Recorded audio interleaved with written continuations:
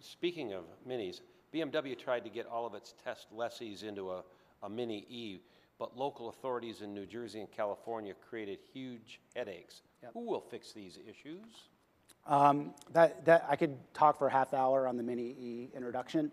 Again, the reality is. I don't have quite that much time. Yeah, no, I'm sorry. You know, who's going? It's that IBM slide. It's going to be a partnership of multiple entities. A great example is my former place, Rocky Mountain Institute, started a project called Get Ready, and it's actually aligning some of the U.S.'s biggest cities to get them plug-in ready to deal with the pain points of EV adoption. And again, bright idea, a lot of plug-in hybrids, Chevy Volt. You don't need that fast charge. But for EVs that you do, they're working with cities like LA, which just announced a huge initiative to streamline permitting. Probably the biggest pain point now, if you want a fast charger, is it's like getting any kind of upgrade done in your house. It's better done in theory than practice. So working with that, cities in partnership with industry, with NGOs, to really make the solutions happen. Yeah. As you were developing the idea, and you worked at getting the weight out and doing all that stuff, there are a lot of people who will say that taking the weight out is great, but you create safety issues.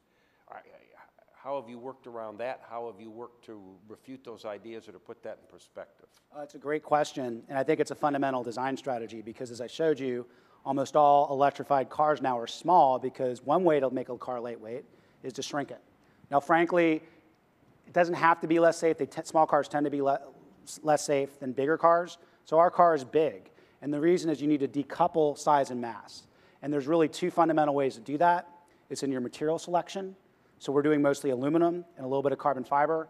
And it's your design and engineering. I mean, Henry Ford, I didn't put the quote up, said, you know, I don't know where the notion that weight is good for a vehicle, it's only desirable in steamrollers. Whenever I see a part, I see if I can take it out. And as you probably looked at our car, we didn't take anything for a given in terms of things like interior trim.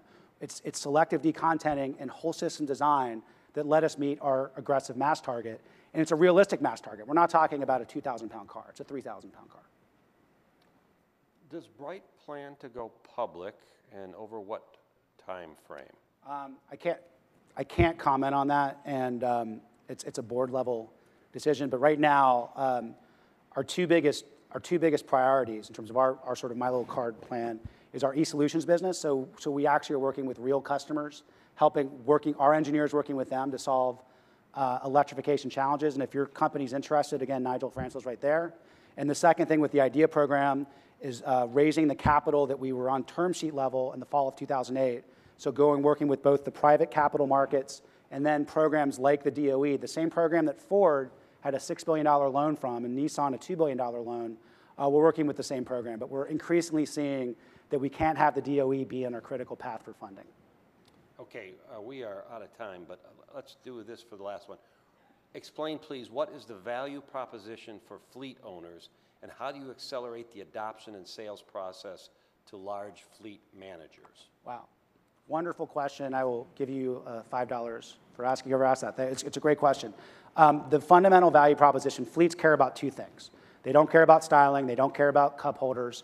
Power windows are an option in most fleet vehicles. They care about cost, how much it costs per mile, and they buy their vehicles on spreadsheets, and they track every penny, and functionality. How well does it let them do their job, and is it going to be reliable? And our strategy, again, is to hit those top 2 points. And I didn't talk about our market size. It's a 1 million addressable market in the US. And our value proposition is, yes, this is a new vehicle, but the top 2 criteria you're buying on, we will really be disruptively better: cost and purpose-built design. Because the second part on design is, as you know, most vehicles are designed for consumers, and the fleet version's an afterthought. We design primarily with fleet customers in mind. Do you think that when it electrifies, that the North American Truck of the Year, the Ford Transit Connect, will be a competitor? Yeah, and I think it's a good, strong vehicle. The difference between the Bright Idea and the Transit Connect is we carry a ton of payload. It's a different size class. They're sort of like a Ford Festiva, and we're like a Ford Taurus. We're significantly bigger. We've got about 50% more interior volume, and we've got, again, a ton of payload.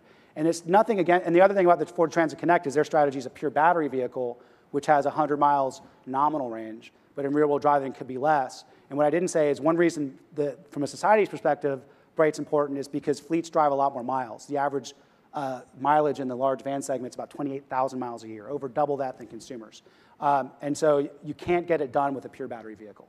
But I want to say it's a great vehicle, and it's exactly the right approach. That's why Chrysler is going with the same approach of a small battery van, and Nissan. And so hopefully fleets that see that say, well, this is great, I want something bigger and a little more functional, and that's where Bright's going to fit in. And I also want to say, this is not a Don Quixote story or a David versus Goliath. We are very open to partnering to make this dream happen. Michael Brylawski, thank you very much, and thank you for the passion of your vision. Thank you. Thank you.